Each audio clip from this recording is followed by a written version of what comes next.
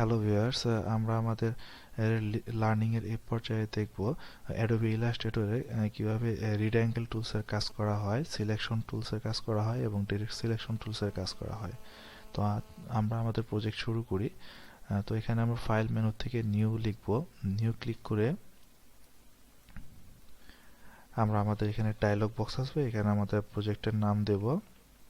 আমি এই পর্যায়ে এখানে নাম প্রজেক্টে লিখছি। আচ্ছা, এখানে সাইজ সিলেক্ট করছি লেটার এবং ইঞ্চি। ওকে ওকে প্রেস করার পর একটি বোর্ড আসবে। এখানে আমরা প্রথমে রিড অ্যাঙ্গেল টুলটা নেব। রিড অ্যাঙ্গেল টুলসে বিভিন্ন রকমের ডিজাইন আছে, আপনি মন মতো যে কোনো ডিজাইন নিতে পারেন। জাস্ট ডিজাইন সিলেক্ট করে আপনি এটা ডার্ক করবেন, ছেড়ে দিলেন, দেখেন আপনার এই বক্সটা হয়ে গেল। হ্যাঁ, এখন এই জায়গায় যদি আপনি বক্সটা যদি মুভ করতে চান তাহলে আপনাকে সিলেকশন টুলসটা ব্যবহার করতে হবে। সিলেকশন টুলস ক্লিক করে আপনি এই সিলেকশন টুলসের মাধ্যমে আপনি যে কোনোভাবে যে কোনো জায়গায় আপনি এটি মুভ করতে পারবেন। এটা হচ্ছে সিলেকশন টুলসের কাজ। দেন তারপর হচ্ছে আপনার ডিরেক্ট সিলেকশন টুলস। এখানে দেখা যাচ্ছে ডিরেক্ট সিলেকশন টুলসের নিচে একটি আইকন আছে। তো এখানে আমরা যদি প্রেস করি, মাউসটা প্রেস করে চাপ ধরে রাখি, তাহলে আরেকটি টুলস দেখা যাবে। তো এখানে ক্লিক করলে দেখেন আপনার মাউসটা আছে, এখানে হচ্ছে আপনার ডিরেক্ট সিলেকশন টুলস, আরেকটা হচ্ছে গ্রুপ সিলেকশন টুলস। তো ডিরেক্ট সিলেকশন টুলসের কাজটা হচ্ছে আপনি যদি এইটার থেকে এই বক্সটা থেকে যে কোনো একটা পয়েন্ট, এই যে আপনার এই পয়েন্টগুলো, এগুলোকে বলা হয় অ্যাঙ্কর পয়েন্ট। তো যে কোনো পয়েন্ট যদি আপনি মুভ করাতে চান তাহলে আপনাকে ডিরেক্ট সিলেকশন টুলসটা ব্যবহার করতে হবে।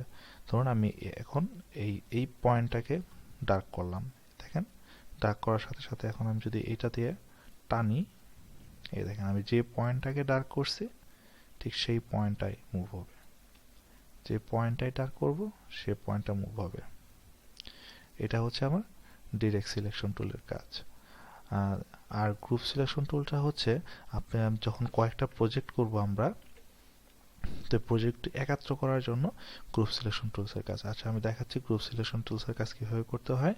তো এখান থেকে যে আমি নতুন একটি স্যাম্পল নেব, দেখেন প্রেস করে চাপটা ধরে যে হলো। এখানে এটাকে আমি যদি মুভ করাতে চাই তাহলে আপনাকে যেটা করতে হবে, সিলেকশন টুলস ব্যবহার করতে হবে। এই সিলেকশন টুলস দিয়ে আমি মুভ করে দেখেন এইখানে আমি ছেড়ে দিলাম, সিলেক্ট হয়ে গেছে। তো এখন আমরা করব কি, গ্রুপ সিলেকশন টুলসের কাজটা করব। তো দেখেন আমি যদি এটা সিলেক্ট করে টান দিই, এটা মুভ হবে, এটা সিলেক্ট করলে এটা মুভ হবে। তো গ্রুপ সিলেকশন টুলসের কাজটা হচ্ছে এখন এইভাবেই যে এখানে আমি যদি গ্রুপ সিলেকশন টুলসটা সিলেক্ট করি এবং সম্পূর্ণ ডার্ক করে যদি দেই, দেখেন এটা একটা গ্রুপে পরিণত হয়েছে। এখন আমি যদি সিলেকশন টুলস ব্যবহার করলাম, সিলেকশন টুলস ব্যবহার করে আমি যেটা মুভ করি, দেখেন দুইটা একসাথে মুভ হচ্ছে, দুইটা একসাথে মুভ হচ্ছে। এটাই হচ্ছে গ্রুপ সিলেকশন টুলসের কাজ। তো আজ এই পর্যন্তই, সবাই ভালো থাকবেন।